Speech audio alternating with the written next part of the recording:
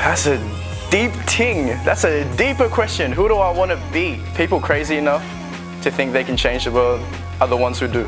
And I think like that too. Because, yeah, I just want to leave a legacy of, especially being Filipino as well. We have one guy, we have one icon that we look at that is like, oh, he's the biggest one out of the country. Why can't that be me? I'm Tristan Bernarte. I'm 24 years old. I was born in the Philippines, but I live in Sydney, Australia.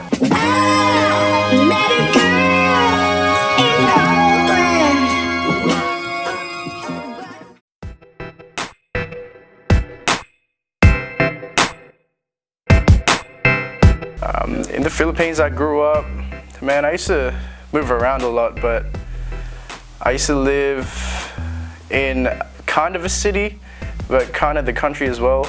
But I don't really have childhood memories of where I grew up. It was more like how I grew up with my cousins, my family, my immediate family, like my parents. And I just remember my grandparents as well. But yeah, I used to move around a lot.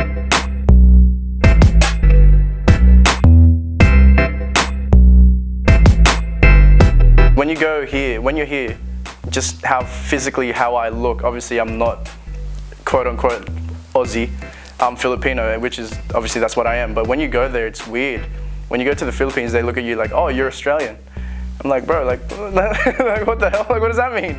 Like, but I remember kind of struggling fitting in again, because it took me 5 years to go back to the Philippines, so that was a bit of an adjustment again, seeing my family again. But she was just fun. I remember it being fun. I remember going back there around holiday time, so around Christmas, New Year's. Philippines, we have the best New Year's celebrations, but like we all have to go as friends just to experience it, bro. That was nuts. Yeah, I remember just seeing, and also because I left when I was 10, I came back when I was 14, 15. So obviously like I could drink. We say no to underage drinking, but I was drinking and stuff with my cousins. And yeah, that experience was pretty fun.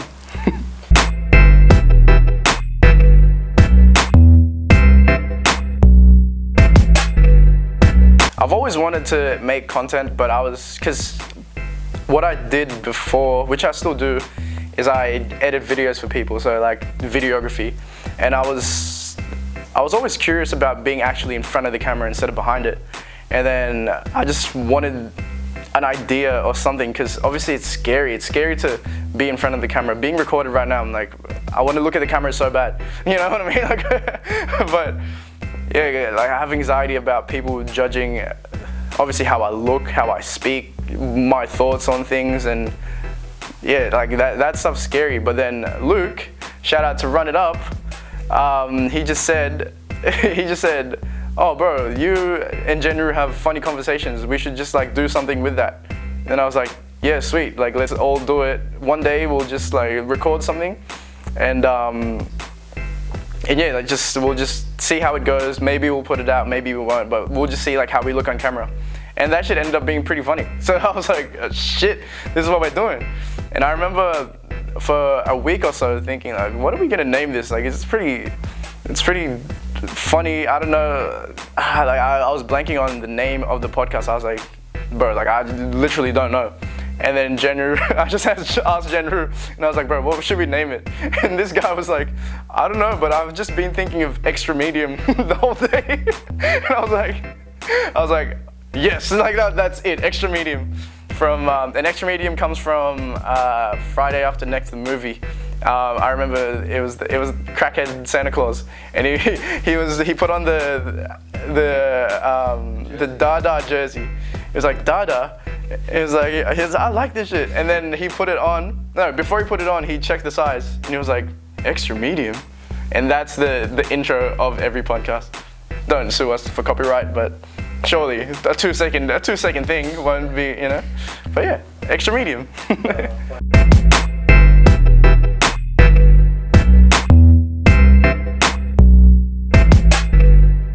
So I have 8. I have one here, one on my wrist, a leg one. You probably see photos of it. Got the arm one. I would say 3. 1, 2, 3. I have one on my leg, and yeah, that's 8. Shit, do you want me to go into detail with everyone? All right. My first tattoo was on my wrist, and it says "Love Yours." It's a J. Cole song. I don't know if you guys have heard it, but I remember. Oh, this is about to get deep. When I was 20, I got the tattoo because I remember I wasn't really having a great relationship with my parents, and I used to listen to that song, and it actually used to like help me. Like, I know it's gonna get deep, but like through depression and anxiety, I would listen to that song and I'd be like, okay, because around 18, 19, 20, that's when the whole world becomes real. That's when your parents are like, all right, what are you doing with your life? And then obviously you'd compare yourself with others and being like, oh, but they're doing better. And then your parents would also say, look at what they're doing, what are you doing? But even just the words, no such thing as a life that's better than yours. I remember hearing that and I was like, damn. I used to like cry to this. I remember I went to the J. Cole concert and he played that song, and I remember being like, oh, I was like, oh, I felt that to my core. So that was my first tattoo. And even when I listen to it now, every time I listen to that song, goosebumps, every time. Because now I have a different meaning from that tattoo. Because I remember being in that place in 2017, being 20 years old, and I'm 24 now, and thinking to myself, shit, you did it. Like whatever you thought you were struggling with, like, bro, you got through it, you did it. Yeah, so that's my first tattoo. Second one was, I think the number 22 on my ankle. 22, like I believe in angel numbers. I know, like it might sound a little crazy, a little weird, but I got it when I was 22 years old, and that was another big part of my life, because I remember from 20 to 22, it was kind of hard because I moved out of home and I had to figure out life. And then I remember telling myself, as a teenager, I'm not gonna do that whole blueprint of life where I go to work, go back home, Monday to Friday. Weekend is when you celebrate or rest, and then maybe you get a week or 2 at the end of the year to celebrate a holiday or vacation. I remember telling myself, I'm not gonna do that whole 9 to 5 shit. And from 20 to 22, I did that. And I was like, nah. And at 22 years old, I remember just seeing the number 22 all the time. And then I made a conscious decision I was like, all right, this is the job that I need right now. So I'm gonna build with it, but this isn't the job that I'm gonna end up with. I think it's so toxic when people say, what's your dream job? Because why does it have to be a job? Whatever we're doing doesn't have to be a quote unquote job. It could just be your passion or your goals. So that was my second one. My third one was my leg. My leg was, oh no. My third one was my arm, and it's in our ancient writing. It says in Tagalog, bahala na. That means like it's whatever.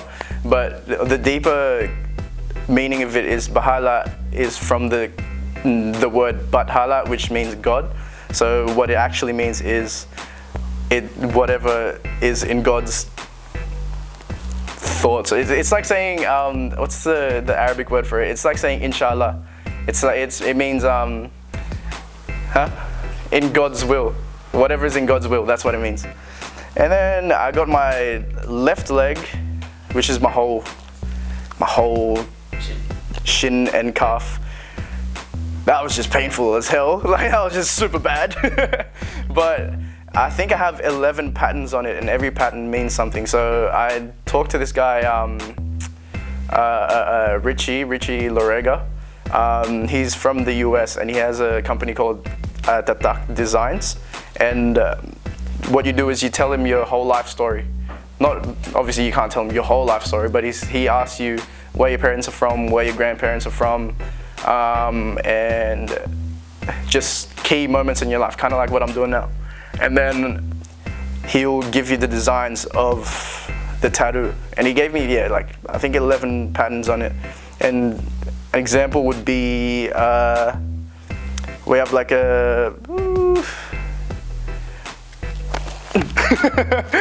Like snakeskin. That's a snakeskin design. Snakeskin means shedding your old life to live your new life, like a snakeskin. And then crocodile teeth means being patient, being a patient hunter, which is how you should look at life or your career, just being patient.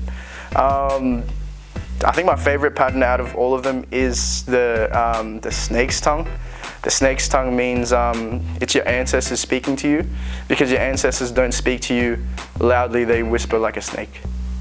And then, what else did I get? I have, after that, I had my shoulder. It's just like it's a little one. It says, "Never let a hard time humble us," from the Nipsey Hussle song, From Double Up. Because even that was another song where I was like, huh. I remember, this was a vivid memory. I remember seeing Israel Adesanya. He was listening to that song and he was crying. And he was saying, because he was looking onto Las Vegas, because he said that he watched the Mayweather-Manny Pacquiao fight, not in Vegas, but in New Zealand. And he was saying, damn, like I want to get there one day. And that was 2015. And he said he was crying because he made it. He was like, I'm here, I'm in the same city, headlining card. And then, yeah, when I watched it, I was crying too. I was like, I was like, oh my God. And so that was that. And then I had 1997. I mean, just in case I forget my birth year, you know, but nah, I'm just kidding. 1997, because obviously it is my birth year, but I don't know, I felt like that's gonna mean something one day. Like a lot of people were born in 1997, like obviously like most of my friends, but I just want to make sure that, you know, like they're gonna remember like, oh, he was born in 1997. I want to leave a mark so big that they're gonna be like, oh, that was the year that he was born. And then my last one, my most recent one was this. This was from the same dude, Kuya Richie, and it just has a bunch of different designs as well, which have different meanings. I think this one has 8. But yeah, those are my tattoos.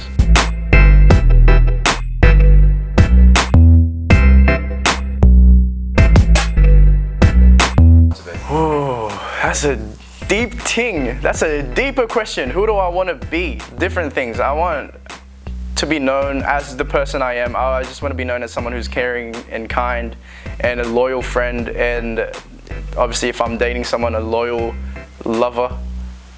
But